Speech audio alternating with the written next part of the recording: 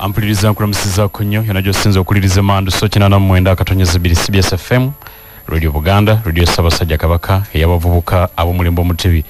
edakika ziri 10 zokka zimaze okuta kusawa M yakongeza korona ku lwaleero ennaku z'omwezi 23 omwezi tulimu gwa mwenda omwaka gwa 2024 omwaka notugutwaliriza emyezi tusigaze 3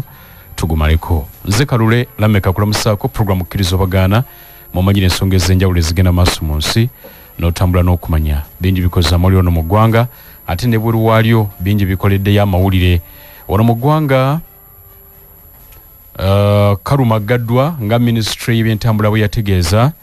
olutindo olusobola okudaabirizibwa era abagoba b'emmotoka naddala ezisaabaza ebyamaguzi bali mu kukaaba baga tugenda kukola tutya ku bidyeri tunaamalako tetumaleeko n'ebiringa ebyo nolwekyo mbeera sinyangu n'omulundi n'ogumu ab'ekibiina ekya NID nabo bakaaba era abalaajanidde bannayuganda nti musimbe kuuli ku nsonga y'okulondera president mu parliament ekyo mwe muyinza okukikomya ne muteeka akazito ku babaka bammwe ebyo ne babikomya aba NID bwe tebagambye kaboreta ate ne banne ebya kibiina kya PFF okukiwandiisa ne bikyali mu kigoye weezinge Lord Mayor Salongeri Yasirukwago ne banne bakedde ku kakika k'ebyokulonda jjukira nti emabega babalungamya nti mugende mu kyuseranje ya bbululu eyagala okufaanana na FDC ate nti n'erinnya ly'ekibiina muli olowoozeeko nnyo PFF lyagala okufaanaganamu n'ekya People's Power Front PPF n'erinnya eri mulirowoozeeko mwandikyusizza Lukwago agamba nti baawandiika ne bannyonnyola naye tebaddibwamu obagendedde ku kakika k'ebyokulonda babategeezezza nti abakulu bonna abandyanukudde ku nsonga zammwe tebaliiwo n'olwekyo olugendo lubasaze n'ebiringa ebyo bwe tugendako ebweru w'eggwanga mu nsi ya Lebanon miranga myereere Isirayiri esoose mu budde obw'okumakya esoose kulabula n'egamba nti abantu ba bulijjo mwetegule enfo zonna ezirimu bannalukala ba Hezbollah muziveemu tulina kye tugenda okukola mu kaseera mpawe kaaga neeweereza ebizuka eby'omu bwengula ebiyita mu bbanga era kitegeerekese nti mu bulumbaganyi Isirayiri bwekoze olwaleero essa abantu 274 mu Lebanon eno neerumya abasukka mu 124 naye abafudde 24 n'olwekyo embeera si nnyangu n'omulundi n'ogumu mulimu n'abasawo 2 abaluguzeemu obulamu ate n'abalala kiteeberezebwa nti bakyayongera okufa kubanga bangi embeera ekyabazoganya obulamu buli ku mugo gwa ntaana n'ebirala bingi bikoze amawulire mu mawulire gaffe ennaku zino tuzze tuwulira kikuubo afuuse kikuubo abasuubuzi nga beeri omuguju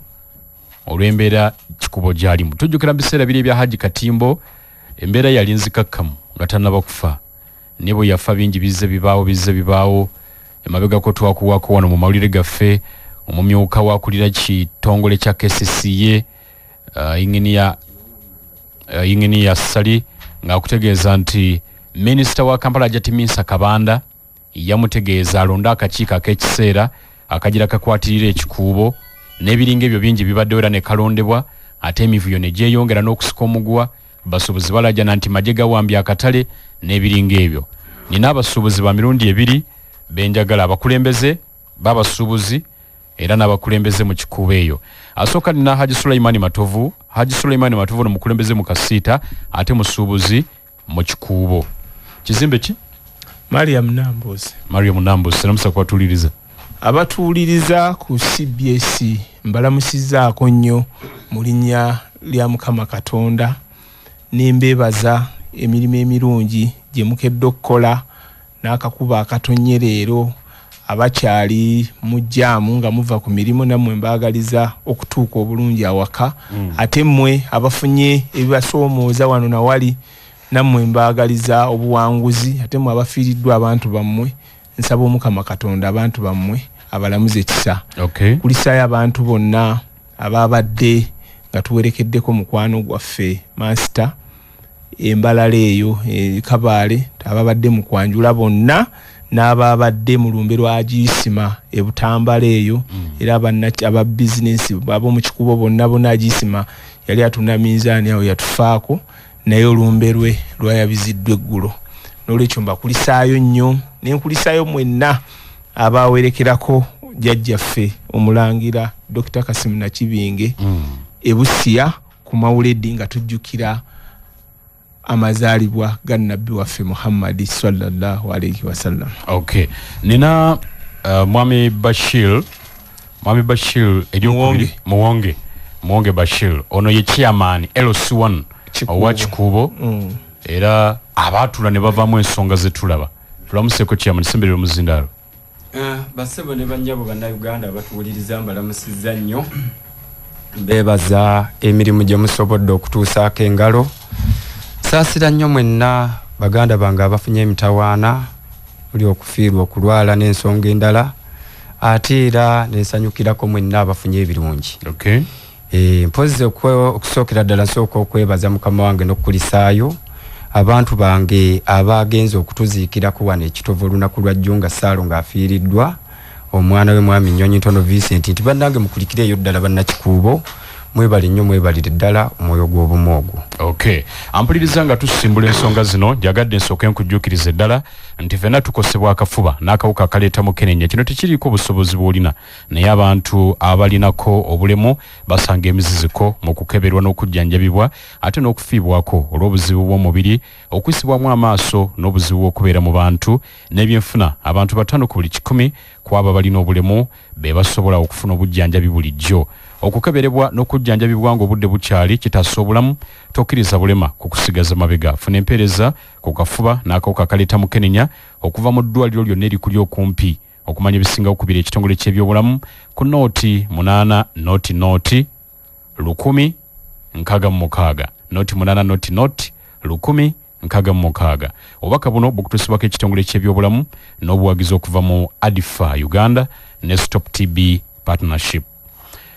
Tabula Properties Limited company etunda mayumba n'ettaka lya byapa ate nga bya bwannannyini tukwanjulira estate yaabwe Ganda Estate okuva ku milioni 7 okutuuka ku 6, Bukalango Estate milioni 2 okutuuka ku 25, Luwunga milioni 15 okutuuka ku 18, Nkowe milioni 18 okutuuka ku 25, Namusera milioni 3 okutuuka ku 4, Chikandwa milioni 15 okutuuka ku 18, Bombo milioni 15 okutuuka ku 17, Katende milioni 13 okutuuka ku 15, amasannyalaze n'amazzi weebiri. Ebbeeyi ejja mu nsawo yo ate nga n'ekibanja mpola kkirizibwa. Gende nasana ku masitowa osobola okwekwata poloti mu bwangu. Bakubire ku nooti 7 nooti emu 942 nooti ne 3 oba nooti 7 nooti emu nooti 5 6 Haji Suleiman wanjisebo kiki ekitabula Kikuubo? Ekisookera ddala mu Kikuubo tewali baddeyo butabanguko olw'ensonga nti abantu bonna bali badde baagala okubeera obumu kubanga n'ekyateesaawo obukulembeze mu Kikuubo babuteekawo nga baagala okutambulira ng'abantu abali awamu abakolera awamu. Bwe baatuula baafuna ekirowoozo aga nti katutuule tuteekewo bode mwe tukola ki mwe twegattira ng'abasuubuzi abakolera mu Kikuubo nti bwe tuba tulina ensonga zaffe tujja baatuula ng'abasuubuzi. Mpozi kye tuba tutegeeza abantu nga bukyali nti Kikuubo si katale nga owino. Ekyo njagala okuti Kikuubo ekisookera ddala si katale olw'ensonga ebizimbe byonna ebirimu buli poloti eriko nnannyini waayo. Just mulimu oluguudo olwo olulimu abaluvunaanyizibwako ba KCCA naye tebavunaanyizibwa ku bintu birimu kubanga buli kintu ekiri buli property eriko nnannyini waayo ate esasula license n'omusolo gwa gavumenti kuba temuli midaala. Kakati baatuula ne bata omuntu yaleeta ekirowoozo yali Mwami Firimani n'aleeta ekirowoozo nakati nga ffe wano abalina emmotoka twali badde n'obukulembeze obwe twegattira ng'abasuubuzi. Waleeta ekirowoozo n'agamba nti nze sigenda kwesimbawo kuba nnyina binkwasaganya bingi. N'agamba mwerondemu omugenzi Haji Muhammad Katimbo ne yeesoolayo ne yeesimbawo era abasuubuzi ne bamulonda. Kati bwe bamulonda ne bateekawo enkola nga bw'eneetambula nga bamayi balonda omuntu bamulonderako n'abantu bagenda okutambuza nabyo emirimu ne balonda vice ne balonda omuwanika ne balonda abantu bonna ng'enkiiko bezikola ki bezibeera. Kakati ne bagamba naye twetaagawo abalungamya ba parking parking zino kubanga motoka nyingi ez'ebyamaguzi eziyingira mu kikuubo. Tujja kufuna abaana naye nga abaana bawaffe bamuno munda mu kikuubo abeetisi naddala abakolera ng'omanyi nti omwana ono Lammeka ye yamuleeta. Ne bw'anaabuza ekintu ku mmotoka ojja kgenda ewa Lammeka omugamba nti waayo omwana wo yabuzizza ki ekintu ky'omuntu oba eyazze oggula ebintu. Ateekawo parking naye ne parking eno giyimirizaawo n'abaana bano gibeeramu giyimirirawo tujjanga kusasulayo akantu. Kati abaleeta bannannyini mmotoka bennyini n'emmotoka endala ezijjamu ne batandika okubaayo akantu ke bakola ki kebawa. Kati akantu ako nga bakakozesa okusasula abaana bano, okusasula ofiisi n'ebirala olufeya ebirala nga ebirala emirimu gya chairman gitambule. Kati nitubeeraawo bwe tubeeraawo wajjawo keera okusika omuguwa nga bulaba kati okuliwo. Waliwo omwami Mafende ng'aga nti nze njagala bwa chairman bwa Kikuubo. Kati nga nti bwa chairman tojja kubwagala bwagazi weesimbawo ne bakola ki ne bakulonda. Kati batandika entalo ne zitandika okusikangana emitogi ne omugenzi Haji Katimbo. Ekyomukisa omulungi oba ekyomukisa Haji Katimbo olutalo n'alukola ki n'aluwangula obukulembeze ne bubeerawo ne butambula. Kati wajja ekizibu Haji Katimbo alwala. Bw'alwala Mungu amujjulula. Bw'afa nga tumuziika. Bwe twamala omuziika ng'amaloboozi gatandika agatali mabi nga nti twagala kulonda, tulina okulonda. Kati omu ng'agamba ono muganda wange aliko kati agamba nti ye chairman agamba nti Joshua Kasibo ng'agamba Haji Sena ng'amuga nti oli yafudde. Kati beera chairman nze mbeere vice. N'amugamba Joshua musuubuzi. Joshua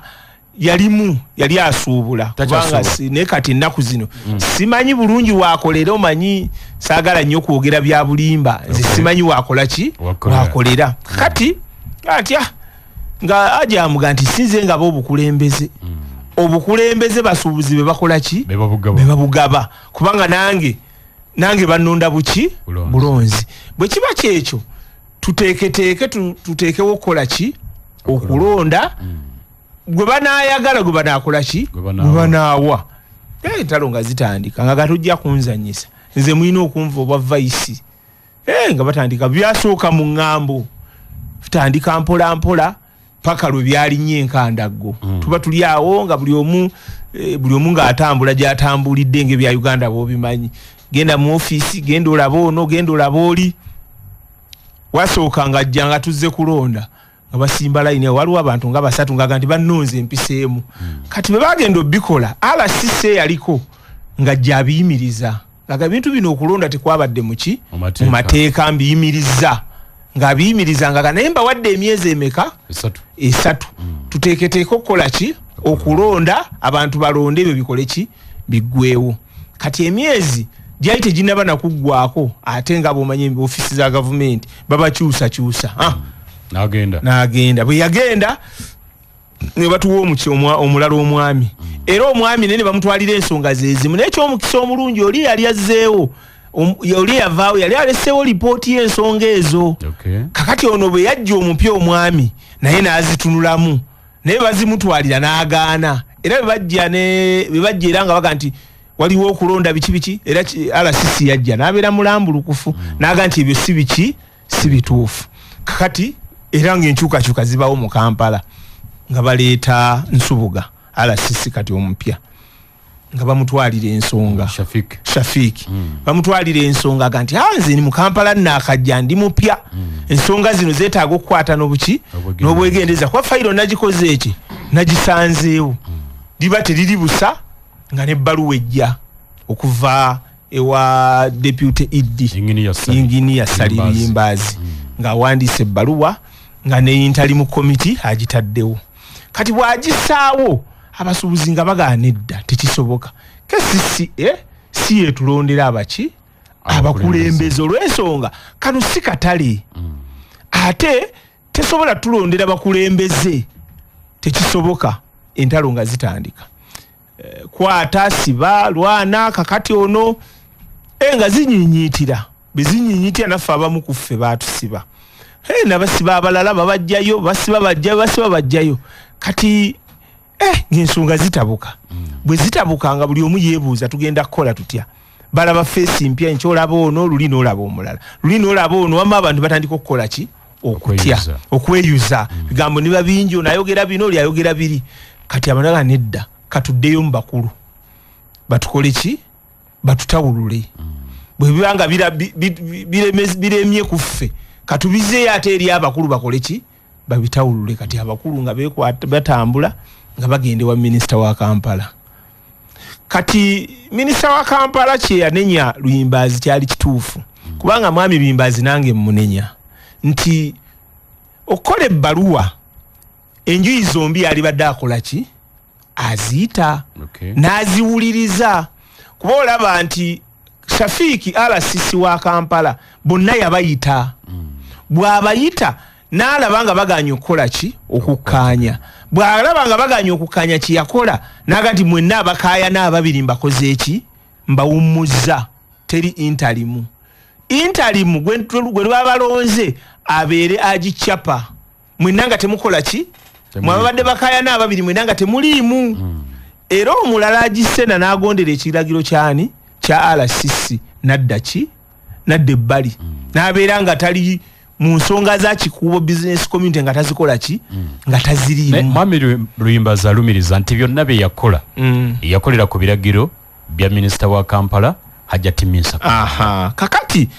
Hajati bwe baddayo ne batuula naye Hajati n'alaba kuba badde abiraba ne ku mawulire ku TV ng'alaba waliwo okukola ki okusika omugwa n'agaana edda ensonga eno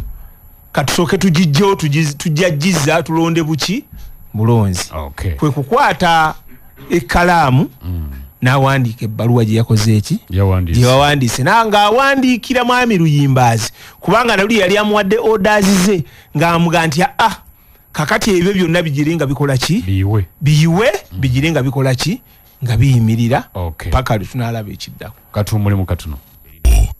ampuliriza Emmanuel Soko dakiika ziri 32 zise ku ssaawa ey'akawungeezi njagala kujjukiza nti gwe omukyala alina omulimu gw'otandise banafa ba Finance Trust Bank bakutegeeza nti bakuleetedde ssente ez'okukuwola ebitundu 10 n'obutundu 5 ku buli 100 ko bakuwolera bakuwa ssente ze weetaaga okutuuka ku bukadde 200 obeera nazo emyaka 2 ng'ozoozaamu okola ensimbi zino bazita za Trust Grow Women's Loans bazikuleetedde osobola okuzeewola genda kutabira Finance Trust Bank lyonna eri kuli okumpi bagambe nti njagala ssente mumpole ngende ntumbula bizinesi yange oba bakubire ku ssimu eri noti 8 noti 335 noti 8 noti 335 Finance Trust Bank erungamizibwa banka Uganda enkulu ensimbi zikumbiwa ekitongole ki Deposit Protection Fund of Uganda okutuuka ku bukadde 10 gwafuuyidde omuddo ne bigaana wakola nsobi okufuyiza bye wafuyiza omuddo ogutta eddagala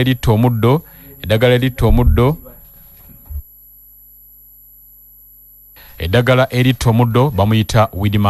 Weedmaster gw'oba okozesa osobole okulwanyisa omuddo kaluberumbugu lusenke kalanda lugo byonna Weedmaster bimalawo Weedmaster ali mu maduuka gonna agatunda ebyobulimi okwetola Uganda yonna gwegenda kuli okumpi bagambe njagala katira muddo Weedmaster agezeseddwa okusuka emyaka 50 ng'ali ku katale akolebwa babukola Chemical Industries Limited esimu ko bakubira eri noti 8 noti 383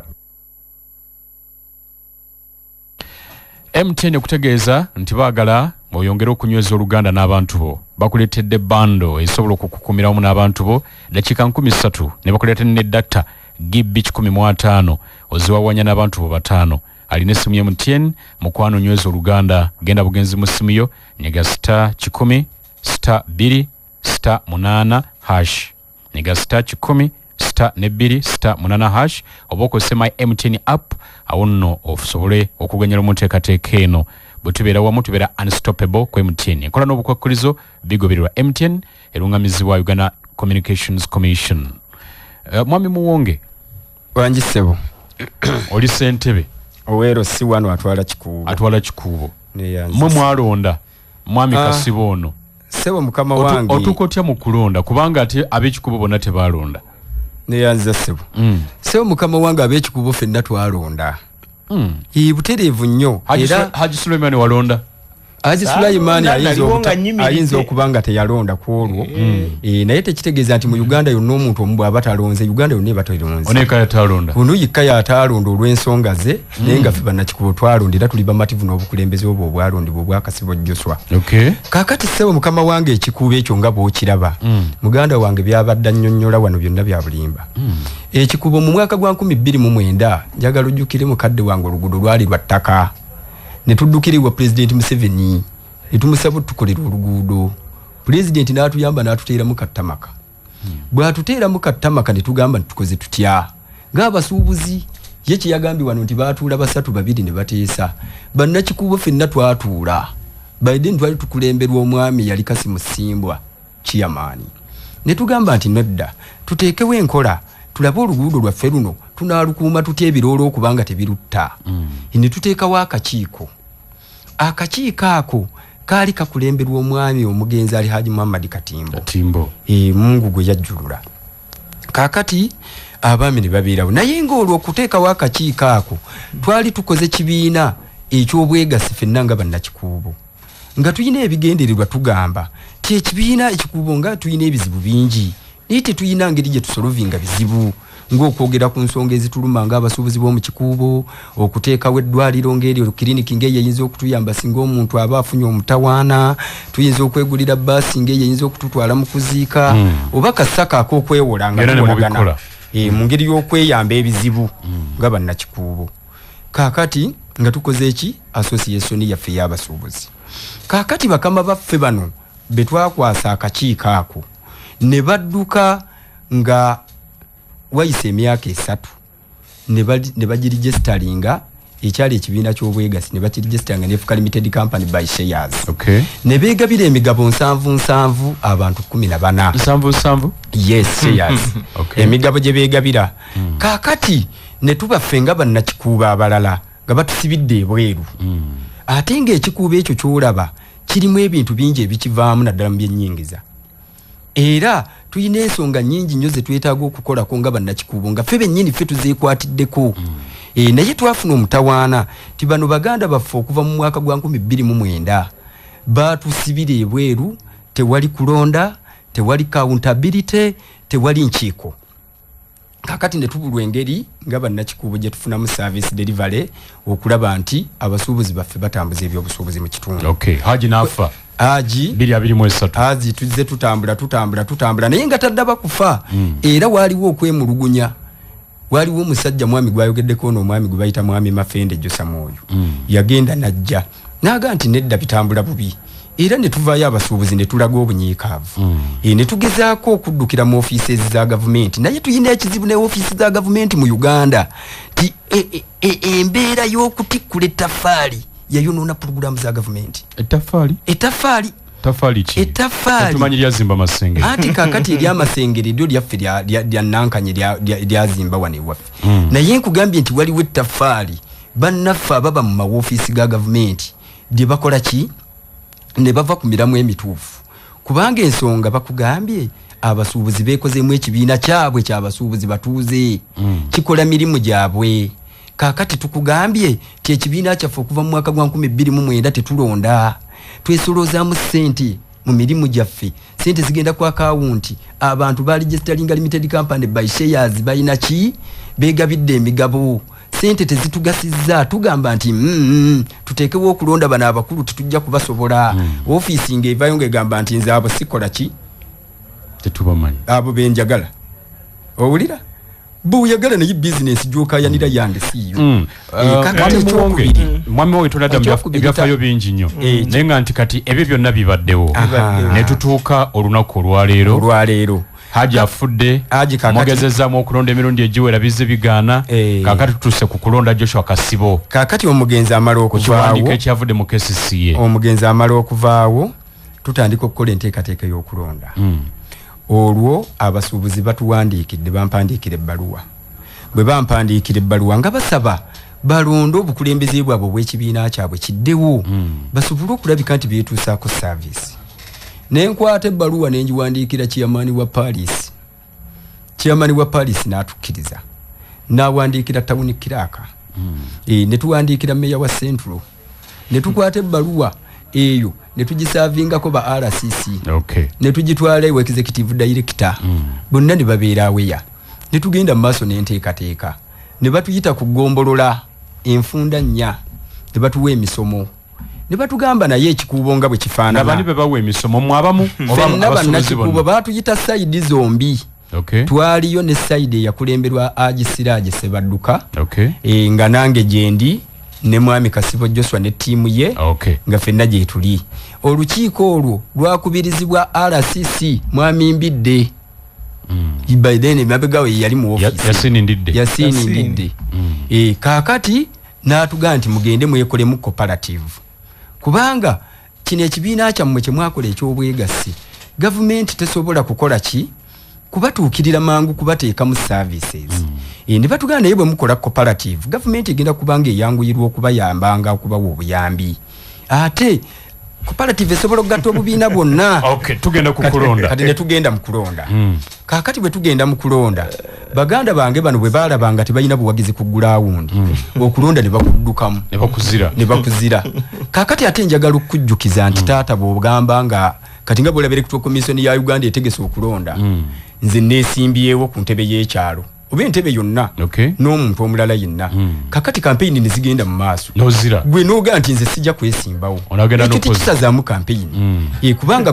oba tolina interest kakati ffe ne tugenda mu maaso ne tulonda Kasibo Joshua bwe tumala okumulonda era yavuganya n'omuvubuka bamuyita Lubega Kasibo n'afuna obululu 184 oli omulenzi n'afuna obululu 3 tuli mu kalulu kaali ka mugongo bwe tumalirizaawo enkeera ne zireeta RCC n'agamba nti ebyakoleddwa wano bifu nabikoze eki mbisazizaamu ntaddewo emyezi emeka 3 ko ffe tetulina mutawaana kasita tuba mu mirembe katukuume emirembe tujja kutuuka gye tulaga kubanga ekyalo kyaffe bizinesi twagala okutereeza zaffe itiwali kitugoba tuli waka obukulembeze n'abuyiwa obwakasibo ne tulindirira enteekateeka ye tuba tuli awo nga KCCA etuwandiikidde ng'etuyita ng'eyita ne baganda bange bano nga batuyita ku sitewoolo ne tugenda ssebo twatuula ku sitewoolo mu lukiiko olwasooka abakulu bano tebajja ne baluzira ne tuddayo ku lusomo olwokubiri era batuweereza amabaluwa ne bano babaweereza era received KCCA zirina omukulu mwami gundi yazireetako wali wansi received nga bano bareceivinga era tebaalabikako kiki ekyali mu lukiiko kati ku lunaku olwokusatu ne tusalawo mu lukiiko lwe twalimu ku sitewoolo ne tugamba nti nedda kubanga ekibiina ky'obwegassi ky'abatuuze abatuuze be baagala okutereeza ekibiina kyabwe tewaliiwo nsonga lwaki tulemera ku limited company olwedde kino eno company ya bwannannyini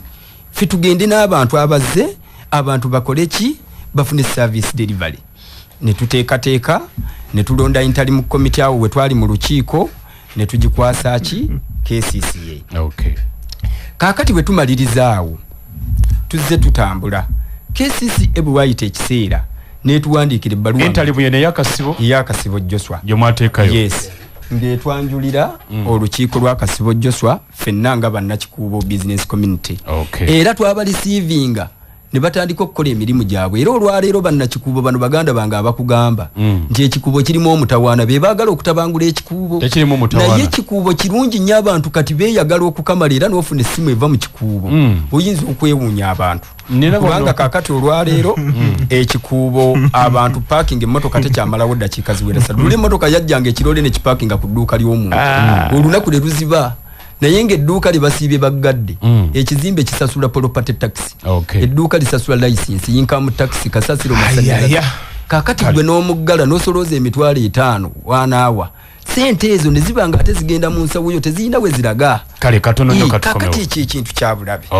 ampuliriza oli ku mando soda kiika 44 njagala kujjukiza nti bannayuganda tubanjulira sabbuuni ow'omuti sabbuuni omulungi ennyo aleeta akamunyumunyu ku matama sabbuuni ayoza ow'omuti egulidde erinnya ennaku zino ye Jama White Washing Bar Soap atukuza nnyo engoye mweweevu mu ngalo alina akawoowo akalungi ate nga taggwerera mangu Jama White Washing Bar Soap ye sabbuuni asinga obulungi mu Uganda ensangi zino ate nga agula ssente ntono bw'ogerageranye ne sabbuuni omulala yenna ate sabbuuni gw'olina okunaaba notaddamu kulowooza ku sabbuuni mulala yenna ye Lanzo bathing soap walimu bikka ebyenjawulo nga Lanzo bubble blueberry, Lanzo vanilla spowberry, Lanzo excremental, Lanzo antibacterial ate balina ne coconut kalungi nnyo kakola olususu. Sabuni wajema washing bar soap ne Lanzo bathing soap asangibwa maduka gonna ne supermarket okwetula eggwanga. Oyinza n'okugenda mu kikuubo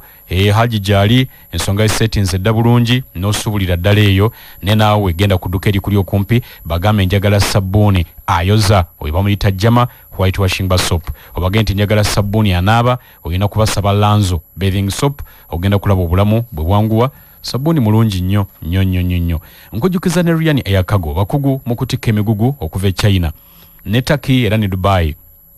Batikeja group egi ne Sechinom nga bakozesa ennyonyi okutuuka Uganda. Bakuguliza ebintu okuva mu katale n'okukunoonyeza akatale k'ebintu byagala okugula. Bakulambuza okuva ku kisaawe okutuuka ku woteeri n'okuva ku woteeri okutuuka ku kisaawe. Kosa okukutambuza mu butale obw'enjawulo. Bakufuna invitation letter era nga basobola okukuguliza tiketi. Balina bakuvunira olu China ng'ogenze mu katale bawuliriza ssente eby'oyagala okugulako ebintu ekyo bakikola ku bwereere. Kati no gwomusubuzi beyune onyumira empereza yawe tasangika basangibwa ku BBC Building room N212 opposite Bank of Africa na Bugabo Street. Esimu eri noti musanvu nya noti 152 bisatu asatu mwemu oba noti musanvu mukaga 2 lusanvu 99 lunana chinana mutano. Abantu begayaza kasanga ti wampewo manyangwa busika ziro bwe n'ebitundu ebiriranyeewo Nutrinova Limited bakugu mu ndisa y'ebisolo n'enkoko babaletedde omusomo gw'okulunda n'okulisa enkoko. Omusomo gugenda kubeerayo ku Saturday nga 28 ye Sabbaate eno nga 28 omwezi guno era omwaka guno ku Eastgate Gardens ku siku 10 egayaza okulirana omuzikiti. Omusomo gutandika sawa 3 ez'okumakya okutuuka sawa 8. Genda oyige ennunda ennungi ekekkereza enkoko yo n'ebannamu ate nga bw'okola amagoba. Okuyingira kwa bwereere okumanya ebisingawo noti 7 noti 4 255 lukaaga 84 oba noti 7 noti 3 854 407. Tumulamu katono nkomawo tukole ntiko ya programu eno. Ampulirize manu sokoli dakiika tubuzayo mwenda tuyingire sawe 2. Haji Sulaiman wanjisebo ne Mwami Luyimbazi yakyogerako naga nti abali mu kikobo batandika kampuni gye batandika ng'esoloza mu bantu ensimbi nenge ensimbi tezimanyidwa gye ziraga ensonga lwaki bayagala bateekewo olukiiko lwe bamanyi lwaki kakati kankujja amajjo osenvule butuuka omugenzi Haji Katimbo ng'akyaliwo katufunza yayagala abaana abakolera mu kikubo naddala abeetissa abo n'abalala batandikire ddala n'okuyoola kasasiro. Okay. Kakati jjukira ntosobola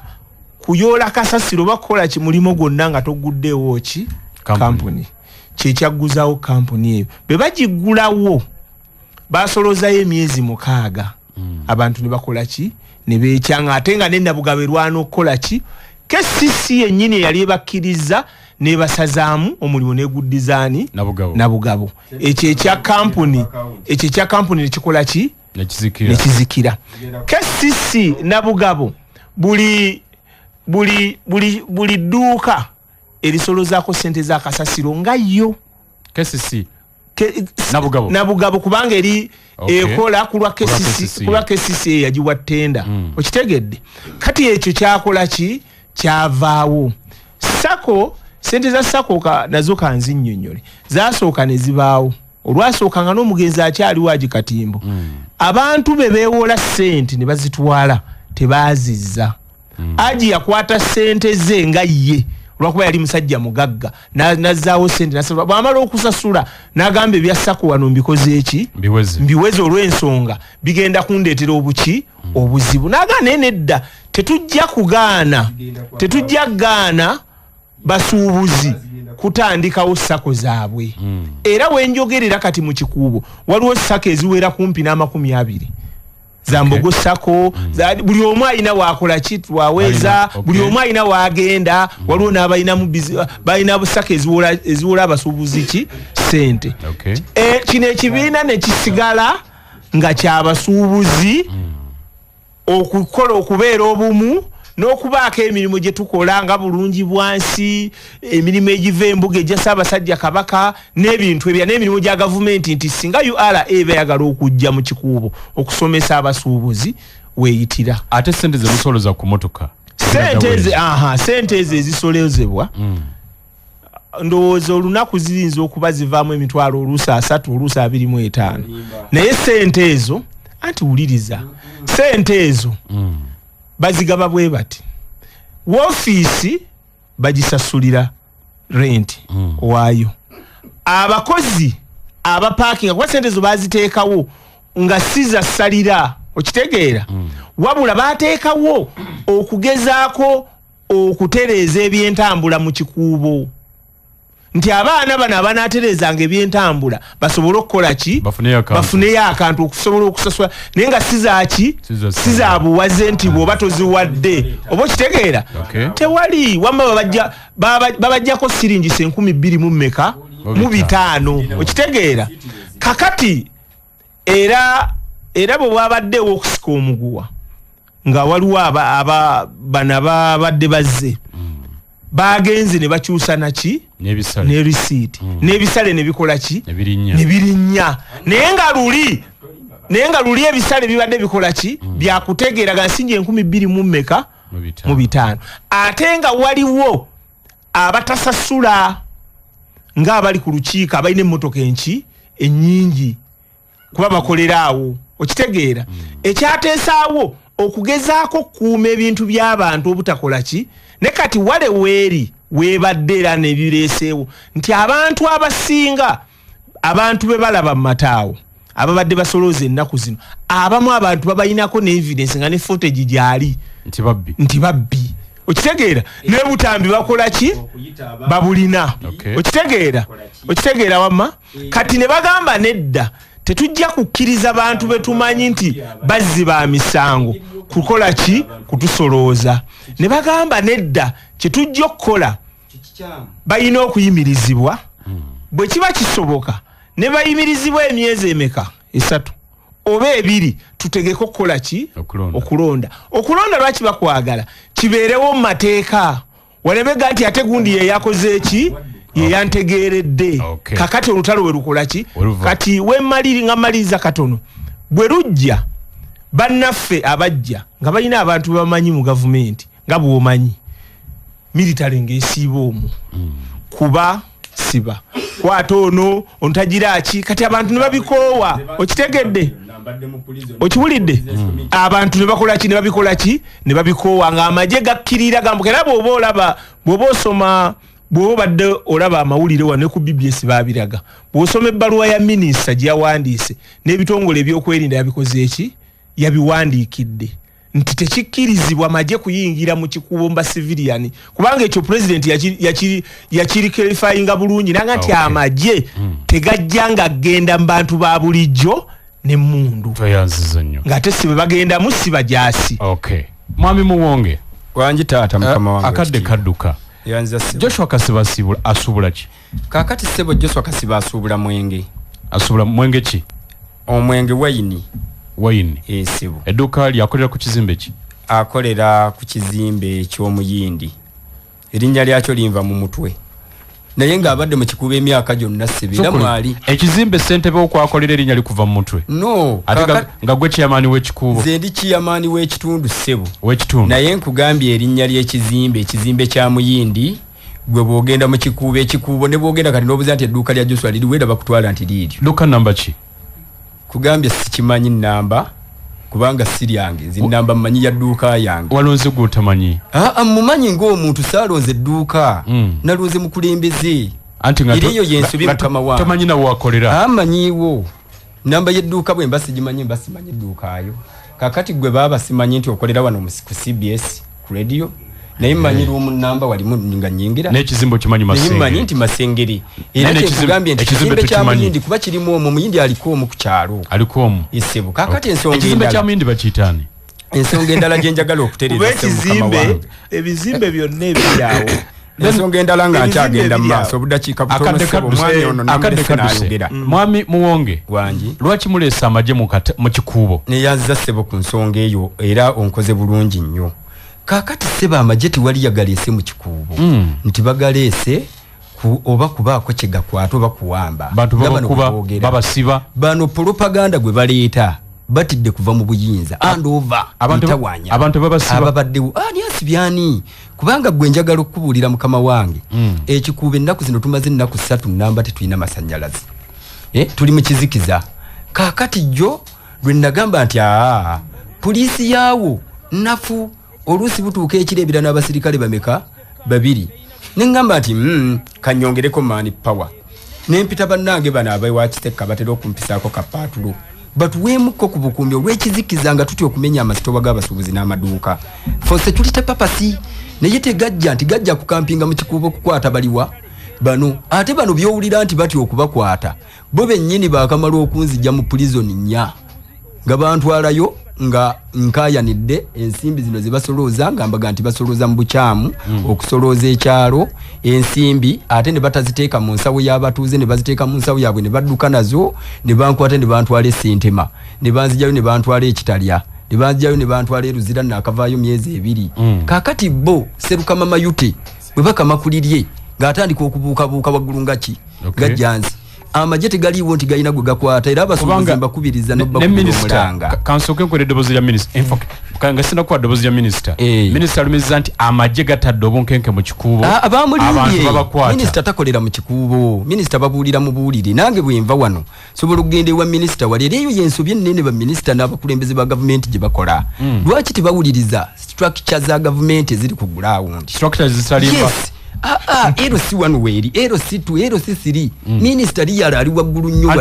zino structure tezirimba wa KCCA kaakati bw'abanga tasobodde kukola research ntuufu kuva wansi n'agendera ku bulimba bw'ababulooka nze mba mwewunja era ffe kye twagala okukubiriza bannakikuubo mwenna nti kaakati eriggwa twalyekudde lyakoze eki lyawedde teri kulanga kulala kubanga amaduuka gaffe basuubuzi ge babba ate emisolo ffe tuba twagisasula dda kye tugamba nti kati ekimala kikola ki kimala kola emirimu gyaffe kikubo kiri mu nteeko tewaliwo muntu yenna agenda kututataaganya. Ampuliriza minisita Hajati Misa Kabanda aliko bakabuyafulumizanga nti byonna ebyakolebwa biyimiriziddwa katulire ebigambo bino. Basirikale bamagye abadde kalondeddwa KCCA olwobaddewo basirikale bamagye military police balibadde nga kankigumikiza naye sobola kubanga abantu bali ku bunkenke olw'akakiiko akalondeddwa era nakasabizza neŋŋamba luyimba zawulidde ebbaluwa wabadde abantu bebakutte batiisatiisa bigenda kukola bwetuti babutaddemu n'abaminisita abamu nga owa security n'okuba nti babadde bayongeza motoka eziyingira mu kikuubo sente badde basasula ogumu akakaaga nga basasula mitwalo 5 ababadde basasula ogumu akakaaga basasula 5 bongeza obunkenke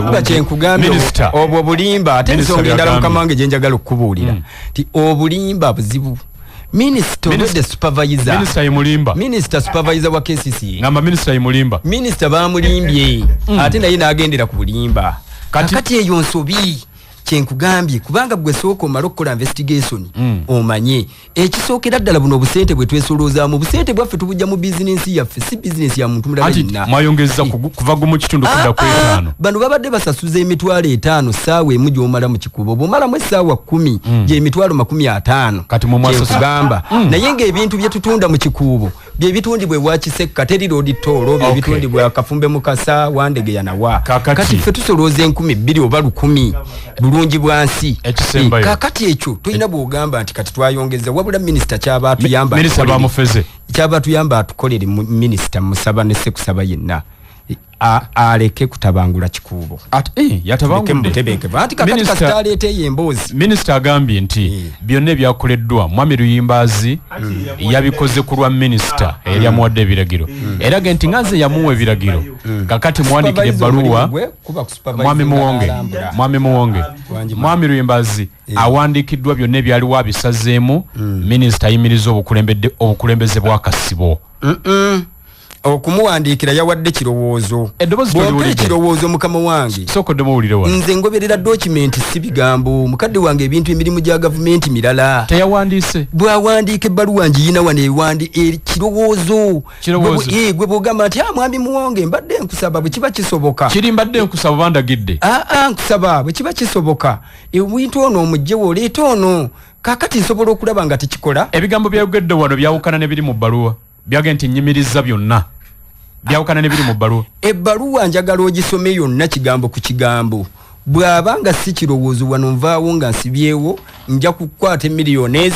2 zireeti wano bwe kibanga si kigambo nga si kirowoozo njagala tugenda mu myoga sibula batuwuliriza bannayuganda bannange mwenna mbeebaza ne sekwebaza n'okuwuliriza leediyo yaffe ŋŋanze y'obujjajja yabavubuka ab'omulembe Omutebi ne neebaza ne management ya CBS okutuwa omukisa okuyimirirako wano naffe ne twogerako eri eggwanga. Maama wange Regina n'abakooza mukyala we Gomba kutumiddeko nnyo ne mukyala wange anfumbire ettooke munnange nkwagala nnyo katubasabire mutereze ekikubo kikakkane abasuubuza ekikubo kikakkamu tewali buzibu bwonna wabula oyo ayagala okitabangula ajja tusangako ku kyalo. Tweyaziza nnyo Haji Sulaiman wanjise ekigambo ekisembayo ekikubo twagala kitebenke ekigambo ekisembayo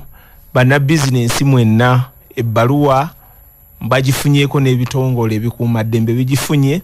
era tukubira omulanga abantu baffe bonna abayingiza ebintu mu kikuubo tewali w'omuntu yenna ayina mandeeti kubajjako ssente zonna antiiru nga minisita amaze okujja mu kikuubo kubanga ebbaluwa eyo egenda kujenkya ekirenkya minisita agenda kujja mu kikuubo bakwasise basiteeke mu nkola ebigambo byalagidde. Olw'ensonga tubadde n'okutya abantu baffe emidaala gyamenyeddwa wufa ne bazibba abamu amaduuka gatandise dde okuyuuga ebintu ne babibba n'olwekyo olw'obubbi obubaddewo n'obutali butebenkevu minisita ebikoleddwa byonna ebibadde bikolebwa mu bukyamu yabiyimiriza era abasuubuzi mwenna abampuliriza bw'oba ojja n'emmotoka mu kikuubo janguuko n'omuntu agikuuma olw'ensonga nti abantu abaliwo si batuufu kuba si bakozi ba kikuubo business community. Batulabire mwami Freeman mundabire Haji Chapa mundabire alisebo Haji era abaddeko ng'akuwuliriza wa Chapa Enterprises ampuliriza ne Haji Freeman ne mwami Freeman Kiyimbo wa Aiba Supermarket akola omugaati omulungi batumidde nnyo Ssaabasajja Kabaka wa Buganda awangaale. Ampuliriza bakulu bebo Haji Sulaiman Matovu musubuzi mu kikuubo eyo ate omukulembeze mu Kasiita ne mwami Bashir Muwonge. Mwami Bashir ya ssentebe wa LC1 kikuubo. Ensonga bwe zityo bwe ziri. Njagala kubagaliza akaseera akalungi nkomawo musawo ey'okubiri ne bannaffe ab'emyoga batusedda wano kankomewo. Ampuliriza nkulamusiza konyo nate najo sinze okuliriza emmandu so dakiika ziri 9 zimaze okuta ku ssaawa 2 ez'ekiro kya leero. Programu kkiriza bagana mu kyali kukulisayo musawo eri esoose ensonga zibadde za bya busuubuzi ate ne wano tuddamu za nkulakulana tutunulira myoga. Naye nga tugenda mu myoga njagala kukujjukiza nti omwaka guno eddwaliro ly'e Rubaga lijaguza emyaka 125 egy'obuweereza eri abantu n'obujjanjabi obwesigwa. Tukwaniriza okutwegattako ku kyeggulo kyaffe ekyokukuŋŋaanya ssente nga 17 omwezi ogw'ekkumi omwaka guno okutandika n'essaawa zijja kubeera 9 ez'olweggulo ku Popopo Memorial Hotel Rubaga. Omutwe gw'ekyeggulu kino guli omukululo gw'okufaayo okujjanjaba n'okutendekebwa Rubaga nga tuli wamu tuluubirira okukuŋŋaanya obuwumbi 2 okwongera ku mutindo gw'ekyuma kya CT scan ey'eddwaliro okwongera okukakasa nti tuba tussako obujjanjabi obw'omutindo naddala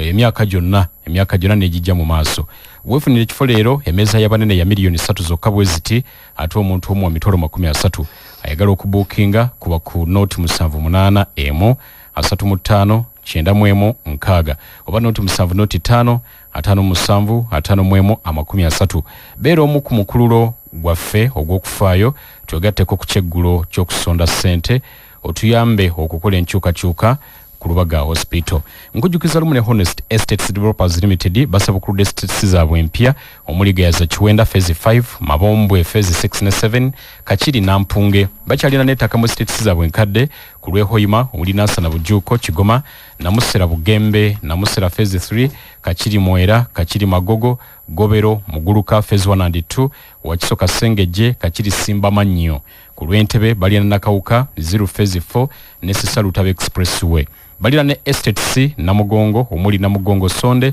ne Namugongo Misindye. Honest Estates Developers Limited bazimba n'okutunda ennyumba eziwedde. estates zaabwe zonna zirimu amazzi n'amasannyalaze, enguudo nnungi nnyo ate ebyapa bya mayiro. Emiwendo gyabwe mirungi ddala tebakkiriza n'ekibanja mpola. Honest Estates Developers Limited basangibwa ku Martin Road okuliraana Aga Khan roundabout ku Mankeshwa Building omwaliriro ogusooka. Weesige Honest Estates Developers Limited ku lw'obuweereza obw'amazima. Obakubira ku ssimu ne muwuliziganya eri nooti 772 57 28 73 oba nooti 7 nooti emu 57 28 73. Ensonga bwe ziti bwe ziri. Nampero Harriet yatudde dda tulamuseeko. Neyanziza nnyo Sebo omukubiriza program okumpa omukisa guno okuddamu okwogerako eri bannayuganda. Amannya agange nze Harriet Nampero okuva mu Microfinance Support Center. Abatuuliriza abalungi balamusizaako era ne mbakulisaayo ku mirimu gye mwabaddeko olunaku olwaleero. Abakyali mu kkubo ne mbaagaliza okuba nga mutuuka bulungi. Mwabadde kyankwanzi mu kuliko eyo? Twavuddeyo Sebo. Kapya kyakabadde kyankwanzi? Ebyokuyiga byabadde bingi kubanga gwabadde musomo gwa bukulembeze oba leadership training. So bingi nnyo ebyokuyiga. Omuli okumanaginga obudde, okola ekintu buli kyokola ng'okikola n'okwagala. Bwe mulimu gwo oba otunda nnyaanya kikole n'okwagala. Otegeere nti si mulimu bulimu wabula buweereza era okyenyumirizeemu. Omanyi baliga nti abagenda ekyankwazi babeera mu kyaka kwata mundu kuba amasasi kola ki abamu bebalowooza ebyo. Waliyo akadde ak'okuba ng'oyiga ebintu ebirala ebikugattako n'okola mu ku exercise kuba obudde tubumala tutudde mu office emibiri ne gibanga gyekutte. So wabaawoko ako ka warm up okubanga obeera fit. Ennaku ezo nali ku kkanisa e Bulaggaawo waliwo omukyala Florence nangamba nti omukyala w'emyoga gw'okyaza bw'abanga yakajja ku mulundi guno mugamba atuddiremu okwakulizo ky'obusinzirwako okutandika omwoga n'ennamba y'abantu bameka balina okutandika omwoga. Florence. Neyanziza nnyo Sebo naye mpozi nsaba nsooke nnyanjulire abatuwuliriza nti Microfinance Support Center kitongole kya gavumenti era nga kirina obuvunaanyizibwa okubanga kituusa ensimbi za gavumenti ate nga si za gavumenti zokka naye n'ezaba partners ab'enjawulo be tukolagana nabo okuzituusa ku bannayuganda nga muno mulimu essente ezigabibwa mu ngeri ya loans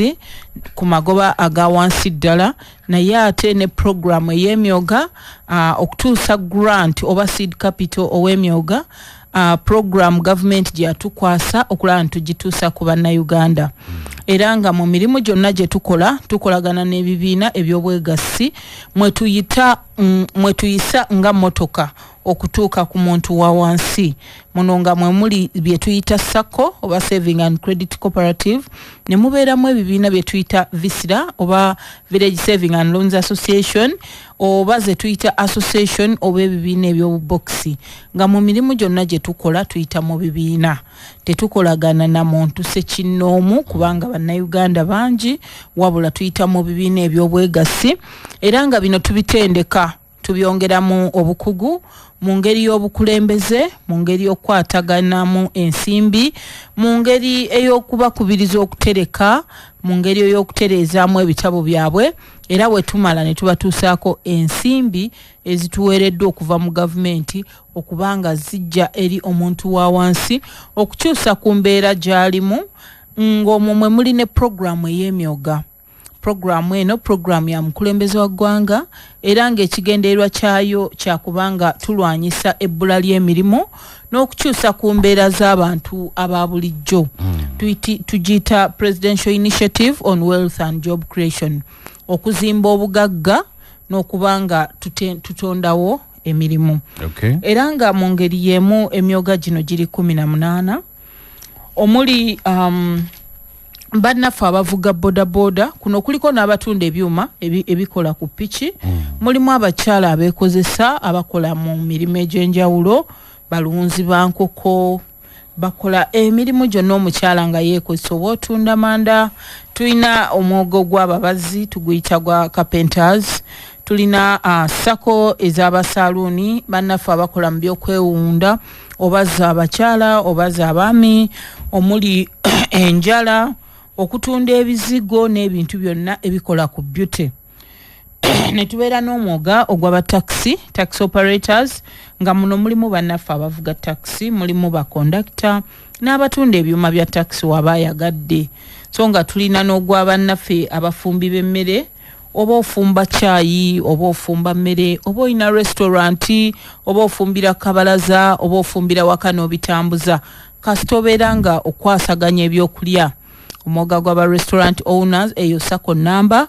Ne tubeera ne sako ey'aba welders bannaffe abookya ebyuma ne babijjamu ekintu eky'omugaso. Ebitanda, entebe, obuuma obukola popcorn n'ebiwumba ebirala. Ne tubeera n'omwoga ogw'ab'obutale be tuyita ba market vendors, bano abatunda mu butale bwe tumanyidde oba obutale obuli gazetted nga Owino market. Ne tubeera n'abo abakola mu butale bw'oku makubo, ne tubeera n'abo abakola mu butale bw'omubuulo abatambula buli katale we kali kasita oba ng'oli wa katale. Tulina omwoga ogw'abavubuka, tulina omwoga ogw'abamakanika, tulina omwoga ogw'aba produce dealers nga bano bakwasaganya ebirime buwunga binyeebwa n'ebirala. Tulina omwoga ogw'abannabitone ogwo tuguyita performing artists. Ne tubeera n'omwoga ogw'abatunzi ng'ogwo gulimu okutunga ekyalaani, abatunga ebitambaala, abatunga ekintu kyonna, abakola crochets, abakyala babitegeera, mwoga ogwo nagwo we guli. Ne tubeera n'omwoga ogw'abaliko obulemu, persons with disabilities. Ne tubeera n'omwoga ogw'aba veterans, abaazirwanako abakyala baabwe n'abaana, ogwo omwoga nagwo we guli. Ne tubeera n'omwoga gw'abannamawulire, ba journalists, oba okola ku media house, oba okola ku local station, bano ab'ebizindaalo, munnamawulire ku kakiiko kwerosi, bano basaagala agalamidde, abo bonna mu mwoga ogwo. Ne tubeera n'omwoga ogw'ab'olunnyanja, omuli abavubi b'ebyennyanja, omuli abalunda ebyennyanja, omuli bano abakola kye tuyita value addition nga bakwata mukene ne bamwongerako omutindo oba ebyennyanja byonna. Olwo n'ogusemberayo ddala gwe gw'aba local leaders, omwogo ogw'abakulembeze abalonde okuviira ddala ku LC1 paka ku LC5, abalondebwa mu bukiiko bw'amasinzizo, abalondebwa mu bukiiko bwonna naye nga walondebwa, omwogo ogwo nagwo weeguli. Okay. Olwo gavumenti nekwata obukadde 3 neteeka mu buli sako ku buli division ng'ogyeko wano e Kampala bwe kyakolebwa ku muluka olw'obungi bw'abantu. Era nga kikkirizibwa nti buli munnayuganda wakiri okusinziira ku myoga gino 15 alina okubaako wasobola okwenyigira mu programu eno era n'aganyulwa mu nkola y'emyoga. Olwo oli abuuzizza nti okwenyigira mu kitwala ki? Nga bannayuganda kuba programu y'emyoga eri mu bibiina ebya sako. Okay. Naye ate memba wa sako si ye muntu wa bulijjo, kye kibiina kye tuyita association. Kati gwe mu mulukamu oli obeerawo n'ekibiina kye tuyita association, katugeze ey'abatunzi, katugeze ey'aba boda. Olwo mu association omwo mubeeramu abantu 7 paka kwa 3. 7 paka kwa 3. Kitegeeza abasookerwako bantu 7 then ne batukira ddala ku bantu 3 obutasukka 3 webasukka 3 tukolawo ekirala. Ekyo kikolebwa okusobola okuba nga bamanagingibwa nga basobola okwekuumira awamu. Naye ng'ate ne wabeera 7, 10, 15 kikkirizibwa. Abantu abo we bajja basasulayo ka membership. Ensonga eno batera ogikwata obulala ne bagamba nti mutusasuza okuyingira emyoga, naye ate mu buli kibiina kya bwegassi wali akasente akasasulwa okulaga nti giba emitwalo 2. Omutwalo ogumu guno ogusasula mulundi gumu gwa kuyingira kibiina. Omutwalo omulala ogumu tuguyita annual subscription gwa kwezza bujja era gusasula buli mwaka. Olwo akasente kano ke kayambako ekibiina okutambula. Kino lwaki tukikola? Weewawo nga gavumenti etutaddemu omukono oba okuwa seed capital ey'obukadde 3 mu kibiina kyaffe, twagala okuteeka mu ensigo mu bannayuganda bategeere nti ekibiina kino kyaffe. Leero gavumenti etuwadde, enkya gavumenti eyinza obutatuwa, naye ate ekibiina tulina kinyweza. Ani alina kiyimirizaawo? Mpozi n'ekirala tetugenda kukwata ku seed capital gwe batuwadde tusasule renti, no tetugenda eri nsigo tugenda gisiga esobola okubala ebibala tugenda kwata akasente ke twesonzeemu tusasule renti waffe tukoleka office kaffe tufune we tutula ba member we batusanga ako ke kasente akasasulwa woba oyingidde mu kibiina ky'emyoga olina okutereka program yesigamye nnyo okutereka ate ekigambo sako kitegeeza saving and credit so kitegeeza tetwawula obwegasi kukutereka kino kitegeeza kinti kali ka seed capital ke baatuwa tugenda kuterekerako tuzimbireko olwo wabeerawo obukiiko n'obwegattamu n'okiika oyagala kasente n'okajjayo era n'okazaayo esente zino tezidde eri gavumenti naye ate ggwe eriggwe omuntu olina ozikomyawo ku ssako zeetooloolerawo ku ssako n'abalala basobole ozifunako kaakati obukadde 30 buno buweebwa abantu bano abeegasse wakati w'omusanvu ku 30 be baweebwa obukadde 3 obwo ekibuuzo ekyo kirungi nnyo wetwegatta abantu 7 tukola akabondo kamu eyo tugiyita association naye ate twegatta obubondo obutasukka obutaka wansi wa 5 ne tukola sako olwo ku sako wano we bateeka ka seed capital ku sako egatta obubondo 5 obwa 3 oba wakati w'omusanvu kwa 3 yesebo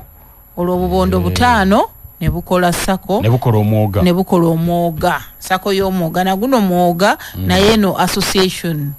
so kati olwo ne tukola sako olwo weba ku division sako eno eba egassa emiruka gyonna kuba tusuubira buli muluka okuvaamu akabondo yesebo so kati Florence balina kutandika kibiina kyabwe ky'obwegassi wekibanga webali tekiriiwo kati Florence alina okunoonyereza oba webali waliwo ekibiina ky'obwegassi oba association ey'emyoga egwa mu bye bakola weba weeri agenda bugenzi ajegatteko nga memba weba teriiwo bagenda kwegatta abantu 7 bagulewo association bagende wa CD obajiwandiise olwo bajje wano ku sako begatte ku sako batandika okutereka n'okugjayo kasente mu byensimbi kuliko kye tuyita resource mobilization yesebo bw'okinnyonnyola mu lulimi olwaffe olulyemere kitegeeza ki wetwogera ku kigambo resources tutegeeza ebyetaagisa okufuna kye twetaaga katugezewo oba weetaaga kulima weetaaga ettaka wetaaga enkumbi wetaaga ensigo wetaaga n'abalima gye twandiyise labor so wetugamba resource mobilization tuba tutegeeza okukunga ebyo bye twetaaga okusobola okuyimirirawo okubikuŋŋaanya yesebo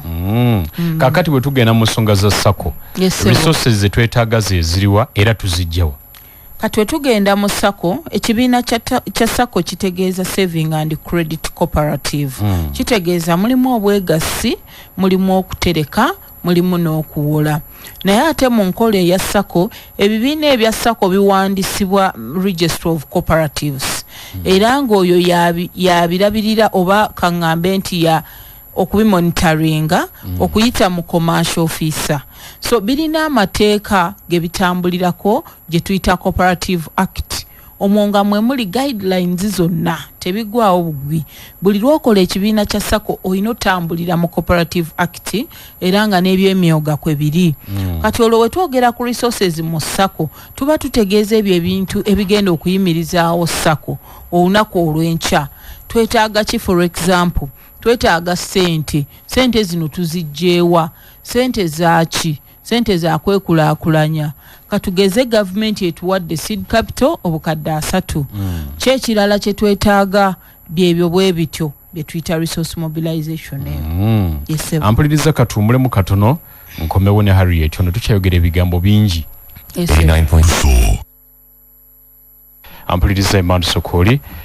njagala kukujjukiza eddakiika ziri 26 zimaze okuta ku ssaawa 2 ez'ekiro kya leero naye abakyogero products abakola ebizigo ne sabbuuni ebyakyogero bajjukiza abantu mwenna nti kyogero habo jerry ne kyogero habo soap bisangibwa maduuka ne supermarkets wonna mu ggwanga ate ne mu kikubo gyebiri e Kampala bategeeza abantu mwenna nti balina n'ebika by'ebizigo ebiwerako mu katale kyogero habo jerry kyogero habo soap kyogero vitamin E pink ekizigo ne sabbuuni kyogero cocoa butter kyogero cocoa butter jerry ekizigo ne sabuni kyentegeeza kyogero aloe vera kizigo ne sabuni kyogero nane perfumed ekizigo wekiri ku lwabo abatayagala buwoowo ate n'ebirala bingi abakyogero bongera okukukubiriza gwe omuzadde omwana musibirire ekizigo ekya kyogero habo ne kyogero habo soap kyogero habo jelly ne kyogero habo soap byabadde nabyo ku ssomero oba weerabira okubimuwa bimutwalire ku vidiyo bwobiweereze obulamu bugenda kumwanguyira olususu lwenga lulungi awatali mbeera yonna bifune ku dduuka eri kulyo kumpi supermarket ne mu kikuubo era ne ku motoka zaabwe ezibitambuza osobola okubifuna essimu koba kubira abakyogero eri noti 754 55 7 3 oba noti 392 17 68 7 nkujjukiza n'aba conversion feeds bategeeza abalunzi b'enkoko ez'ennyama mwenante bawoleetedde akalungu entraco concentrate akatabulwa mu mmere y'enkoko ez'ennyama kalimu calcium ayamba okugumya amagumba kalimu ebipimo ebituufu bya proteins ne vitamins ebiyamba enkoko zaffe okukula obulungi kayamba enkoko obutafulumya kalimbwe mubisi nnyo kyennono kiyamba okukuuma ekiyumba nga kikalu buli kiseera enkoko eridde emmere omuli akalungo ka entraco tefuna masavu mangi agayinza okugireetera endwadde enkoko bwe zirya emmere omuli akalungo ka entraco zikulira wamu era ziba nzito nga zitowa kyekimu enkoko eziridde emmere omuli akalungo ka entraco mu ssabbiiti 5 zokka ziba zizitowa okusukka ku kiro 2 conversion feeds basangibwa kedde ofisi yaabwe ploti 5 Coronation Road Old Kampala oba ku matabi gaabwe okwetoolola eggwanga essimu kokuba noti 782 208 208 oba noti 7 7 noti 64 mpumulamu katono nnyo nzijewo obubaka buno nkome bulungi ampuliriza bubaka ndowooza obufunye bulungi Harriet wangi ssebo tusimbulira we twakomye otwabadde n'adengera ku kibuuzo nti bamemba abayingira mu bibiina bino nawe wali okwogeddeko nti basasula sente ze tuyita membership fees sente zino zibeera mmeka sente ezo zibeera mutwalo naye nga okutwaliza ewamu memba asasula emitwalo 2 membership fee guba mutwalo omutwalo ogwo guba gwa kweza bujja era gwagusasula buli mwaka nga watukyogedde wali yes naye nga ate membership fee agisasula omulundi gumu n'abanga afuse memba yes sente ezo ziyambako okubanga saka egula ebitabo obuntu obutonotono bwe yeetaaga okuli obutabo empapula ezina printinga waliyo obutabo bwe tuyita passbooks obutabo mwe tutereka oba mwe tuwandika savings waffe waliyo okubanga tulina we twetaaga okgenda akatransport yako nako tukajja kwezo sente waliyo okubanga meeting zitudde katugeze tubaguliddeko amazzi mu meeting esente ezo zeziyambako waliyo okubanga ate nga saka erina okugulawo account mu banka esente ezo ze bakusaba ti okugulawo olina okola account opening fee mitwalo 2-3 ezo sente ziva ku membership fee era mu ngeri y'emu waliyo olukiiko lwa bonna tuluyita annual general meeting oba AGM olukiiko olwo lubako expense oba ensaasaanya egenderako katugeze ng'okupangisa obutebe kupangisa tent era tukozesa membership fee okubanga tusasulira obuntu obwo n'ebintu ebirala nga airtime wabaawo omusomo gwonna ogutegekeddwa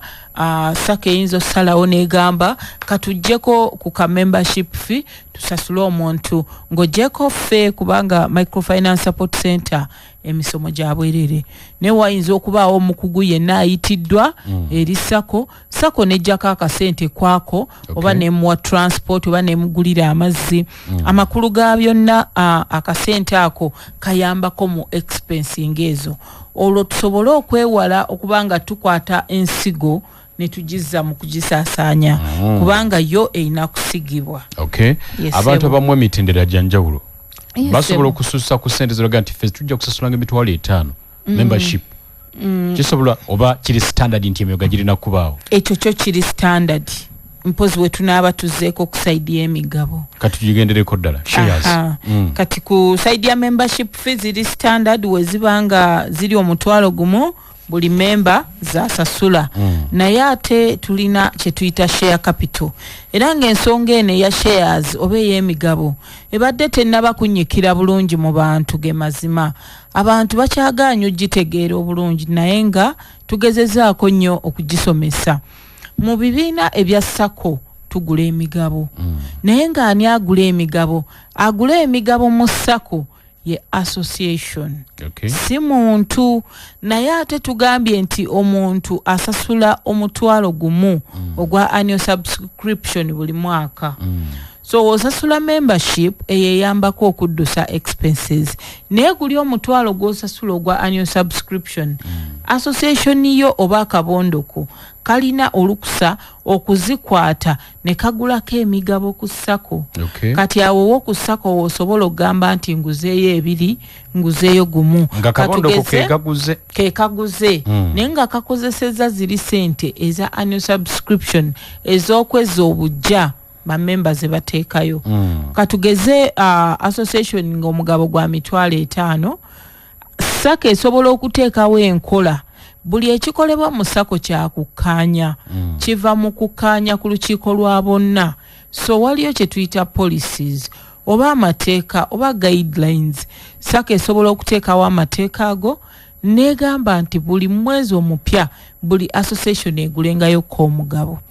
so weba ekisazeewo bwetyo kitegeeza buli association egenda gulangayo ko wakiri omugabo gumu naye ate association emu esookusussaawo negaffe tugula 2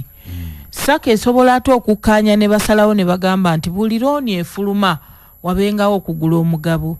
ebyo byonna ngeri ya kumobilizinga resources okulaba nti sente ziwera mu SACCO okulaba nti ensimbi zijja tuleme kwata ku seed capital ate wetwogera ku share capital gino migabo share capital bwe bwannannyini bw'olina mu SACCO yo mu nkola eya SACCO mateeka ng'oggyeko mu mateeka mu Cooperative Act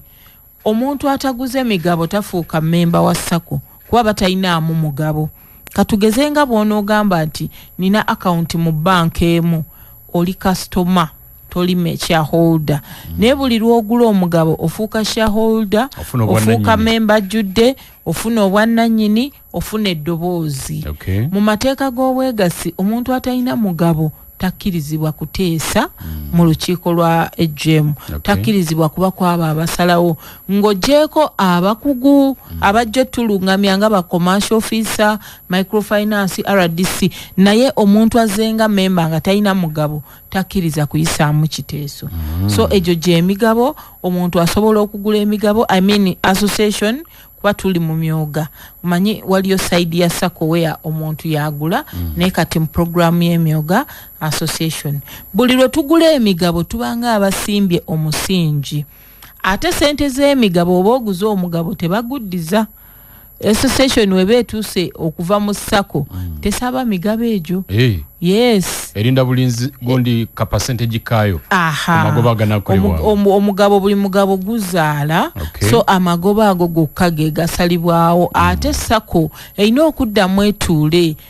esalewo bamemba basalewo ba emigabo gyaffe amagoba gezikoze tugaddiza bamemba oba tugakolamu ekintu basobola osalawo nedda emigabo gyaffe tukolemu project tugulemu kapiki tugulemu obaka mobile money ebintu ng'ebyo basobola osalawo tugabaneko ekitundu kiddeyo mu mirimu so ebyo byonna biva mu kukkaanya mpozi oyo abeera akooye oba association ng'ebivaamu mufuna agula emigabo gyammwe n'agibawa n'abawaamu ssente mwe ne mugimuguza olwo omulimu gwa SACCO kukwata migabo gino kugijja ku akawunti eno kugizza ku ndala naye ng'emigabo tegifuluma SACCO kakati ekibiina kino kya bwegasi era watuge nti omusingi tusimba ku gwa bwegasi nga bamemba tuli 15 tulina okuterekanga buli kiseera kakati bamemba baba nga baterese kasente kaabwe kaweze basobola okukwatako kenyini nako ne bakasiga ne bakagula mu shares eri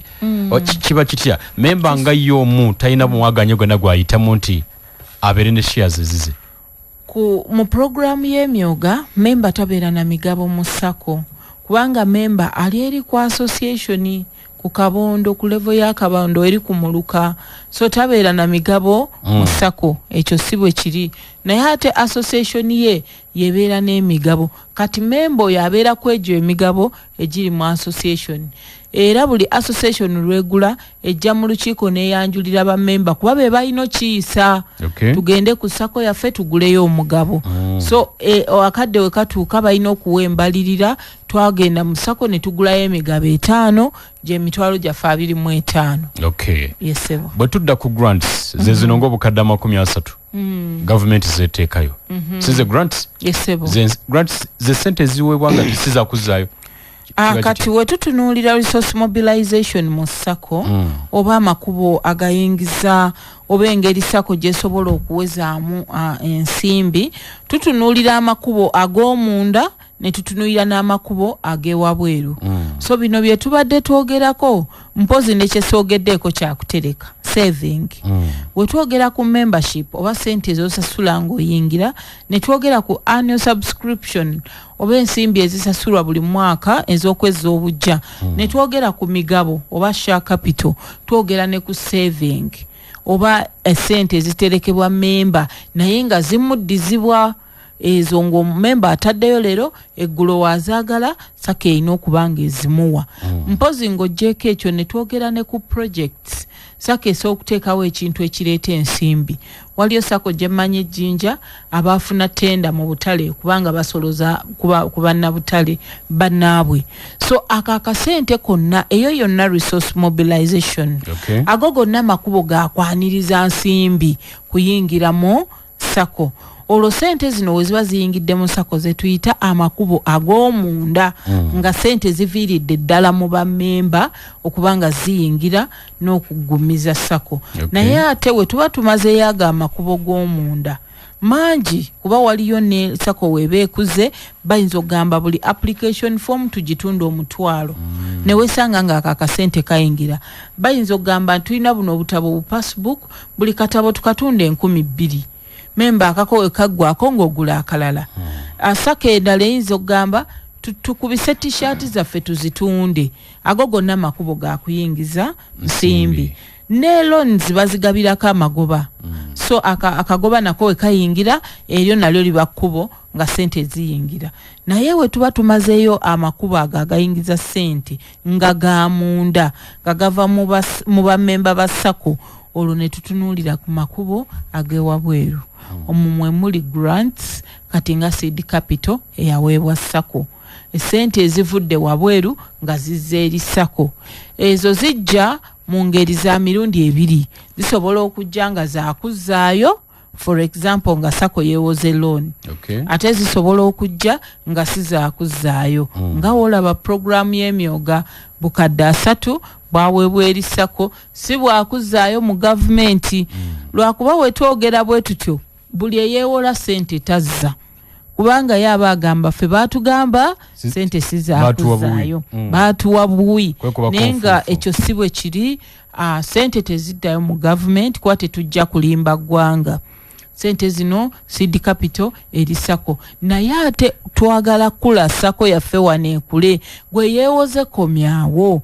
nga bwe zikukozeemu omulimu n'omulala naye zimukolemu omulimu ate naawe kenyini enkya woona oyagala era ojja kujja ozisange so eri memba yeewola okuyita mu association ye n'akozesa nazzaayo eno mu gavumenti sente tetuzizizaayo wabula we tulaba sako etambudde obulungi gavumenti ate ejongera bwongezi yesebo toyanziza nnyo ampuliriza eddakiika tubuza 15 zokka tuyingire mu ssaawa 3 ez'ekiro kya leero njagala kukujjukiza bakasitoma baffe abalungi tubeebaza olw'okwogera Marias Kago ebbanga lino lyonna ate naawe omupya tukugamba nti tweyune olw'obusuubuzi obulungi omutali nkenyera tubategeeza nti twavuddewo ku Jumba Arcade kati tuli ku Sasa Plaza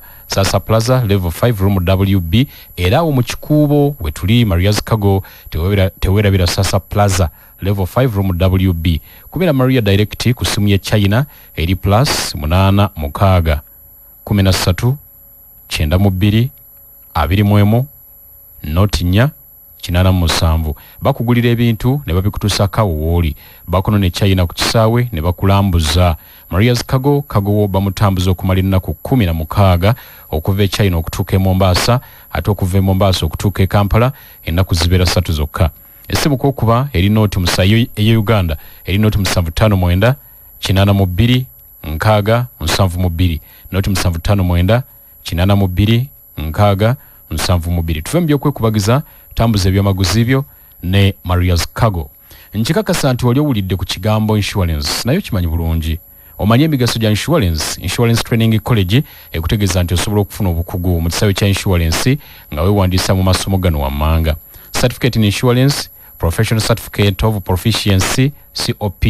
Genda weewandiise kati otandike olugendo lwo mu kisaawe kya insurance. Insurance Training College ly'ettendekero lyokka eryakakasibwa okusomesa amasomo ga insurance mu Uganda era balina n'amasomo ga insurance agali ku mutendero gw'ensi yonna. Okwewandiisa kyalira omutimbagano gwabwe www.itc.sc.ug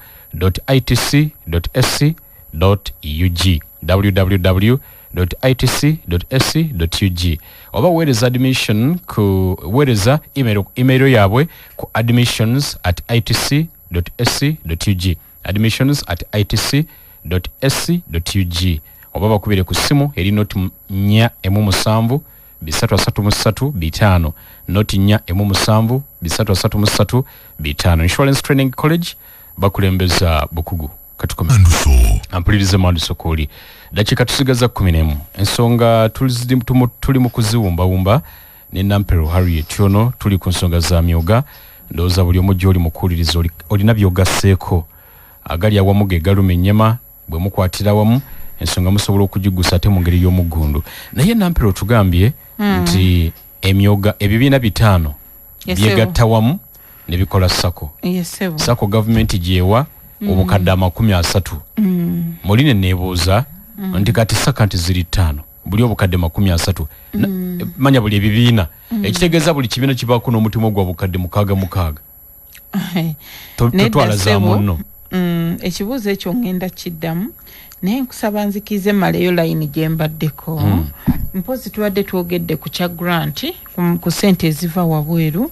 naye ate ne sako zina ate olukusa okwewola ku ssente eziba zaagadde eryo nalyo kkubo lireeta ssente mu sako n'ogamba nti kati tufunye seed capital naye tukanye ku lukiiko lwaffe olwa bonna twewoleyo obukadde 5 mu microfinance support center oba mu banka kikkirizibwa mpozi n'ekirala bannaffe abaagaliza sako ebirungi abakulembeze baffe nabo basobola okuyitawo ne babaako kye batuwa erisako lwakuba oluusi we wabaawo ayiseewo oyo gwe basanze mu ssaka balowooza zize naye tulina ensawo ey'enjawulo mwe tuteeka donations ezo eziba zizze ne batwayo oba area empya ze n'atwayo emitwalo 10 ne tugiteekamu eyo ensawo era ne tuziteeseza oba tuzikolamu ekintu oba ki so awo ne gaba nga ago ge makubo agayingiza ssente obuuziza ekibuuzo n'ogamba nti ssente zino bazigabana actually batera obuuza ekibuuzo ekyo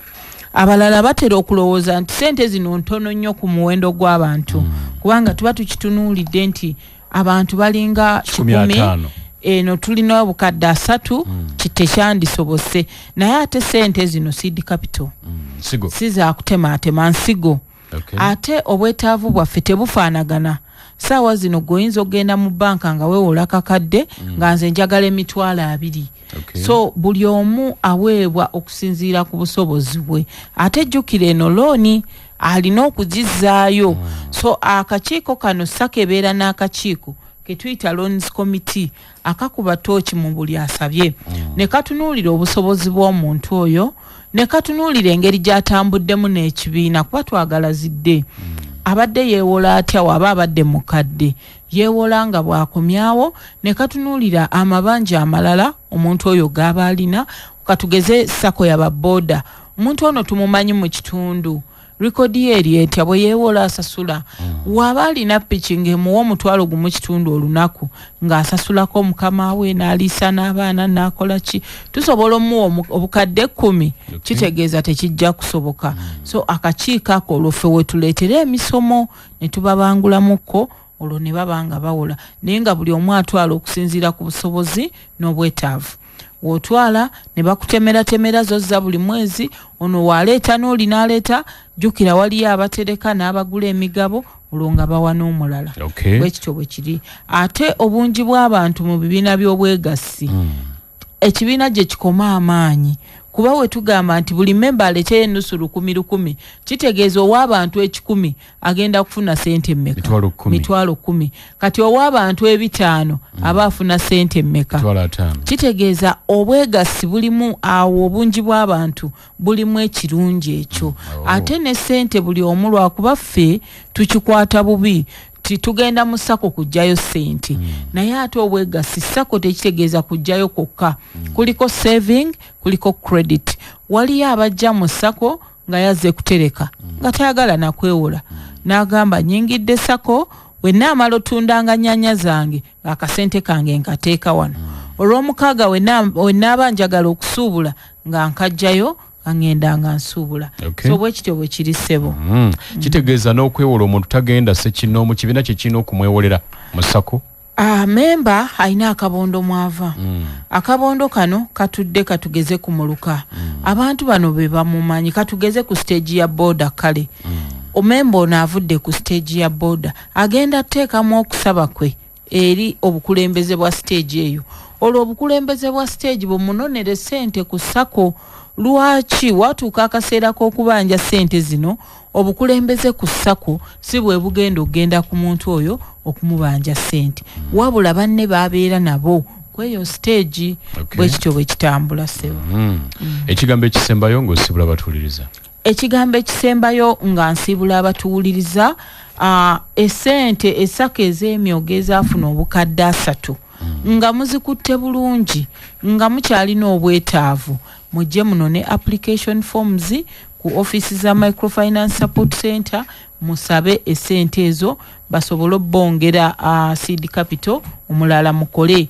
N'abo abatatambula bulungi naye nga waliyo ensonga ez'abalemesa, katugeze obukulembeze tebwali bulungi naye nga mweterezezza naye nga waliwo obunafu, nammwe mujje tusobole obbawanirira ssako ziddewo. Abo abeetaaga emisomo, waliyo emisomo gye tuzze tuwa, bwe tubanga mu kitundu kyammwe twavaayo naye nga waliwo obwetaavu, nammwe mutuwandikire tubeere nga tujja. Mpozi n'okujjukiza abatuwuliriza nti office zaffe ziri mu bitundu ebyenjawulo. Buli region tulinamu office. Tulina office Arua, tulina office e Hoima, e Jinja, e Kabale, e Kabarole awo mu Fort Portal City, tulina Mbale, tulina ye Kampala wano ku Solis House ku Lumumba Avenue, tulina office e Mbarara, tulina office e Moroto, e Soroti, e Masaka ne Lira. So mu region zonna tulinayo offices. Mujje musobole okufuna obuweereza obwa Microfinance Support Center n'ensimbi z'emyoga. Mpozi nsaba mbasomere ne ku ssimu zaffe abo abasobola otukubira. Tulina essimu etali ya kusasulira. Simu eyo eri note 8 note 2 note emu note emu note oba 0800 201 010. Ne tubeera n'endala eri note 3 emu 2 26 49 34 oba 0312 26 49 34. Tukyalireko ku office zaffe wonna wooli oba okube ku ssimu ezo osobole okuba nga ofuna obuweereza okuva mu Microfinance Support Center. Yes, sebo. Batulabire. Kale sebo neyanza sebo. Ampuliriza nawe njagala kukusibulira wano ku dakiika ziri 3 zokka ezibula okwingira essaawa 3 ez'ekiro kyali tugende mu mawulire. Nampero Harriet ensonga zinnyonnyodde bulungi. Kankulekera akayimba kagamba obwegassi. Njagala kubakulisa bwe mwena bwe twabadde ku Forest Park e Buloba olunaku lwajjo mu ddina ey'abasomerako ku Mumusa High School Mityana, Oweekitiibwa Joseph Kawuki, Mwaimaweje Patrick, Mwami Sali Charles mu Kiyembe, Mukyala Jazike Shame mu Pande, n'abalala mwenna njagala kubakulisayo nnyo mukulikireyo, ne Mama Sali, Mukyala Jacinta Kawuki n'abalala. Katonda abakuume musule bulungi. Ssaabasajja Kabaka awanga.